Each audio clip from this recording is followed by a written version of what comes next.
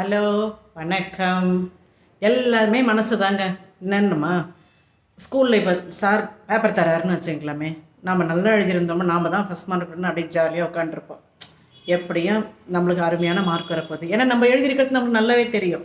சும்மா ஜாலியாக அப்படியே உட்காந்து போயிட்டு பேப்பர் வாங்கிட்டு வருவோம். டீச்சர் நம்மளை ரொம்ப அப்ரிஷியேட் பண்ணி நம்மளுக்கு கொடுப்பாங்க. அதுவே நம்ம கொஞ்சம் ரொம்ப கம்மியாக எழுதிட்டு நம்மளுக்கு மார்க் கொஞ்சம் கம்மியாக இருந்தது, ஐயோ என்ன இன்னைக்கு டீச்சர் திட்ட போகிறாங்களோன்னு கொஞ்சம் அப்படி குறுகே உட்காந்துருப்போம்.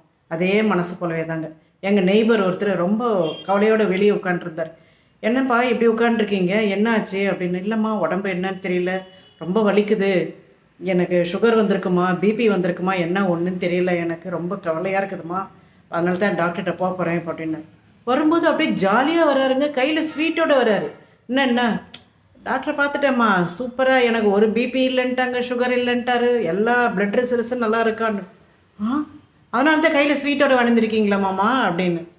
ஆமாம் மேடம். இந்த மனசு பாருங்களேன், அதுக்கு முன்னாடி இருக்கும்போது கவலைப்பட்டார், ஐயோ என்னவோ தெரியலையே எதுன்னு தெரியல. அதே ஆள் வரும்போது ஸ்வீட்டோடு வர்றாரு. என்னென்னா எதுவும் இல்லை, எனக்கு டாக்டர் எல்லாமே நல்லா இருக்குன்ட்டாரு, நல்லா வாக் பண்ண சொல்லியிருக்காரு, எதுக்கும் கவலைப்படாதுன்ட்டாரு. நம்பரு என்ன பாருங்களேன், இந்த மனசு அந்த மனசு எல்லாமே ஒன்று தான், நாம் எடுத்துக்கிற விதம் தாங்க இருக்குது. சரிங்களா? ஓகே.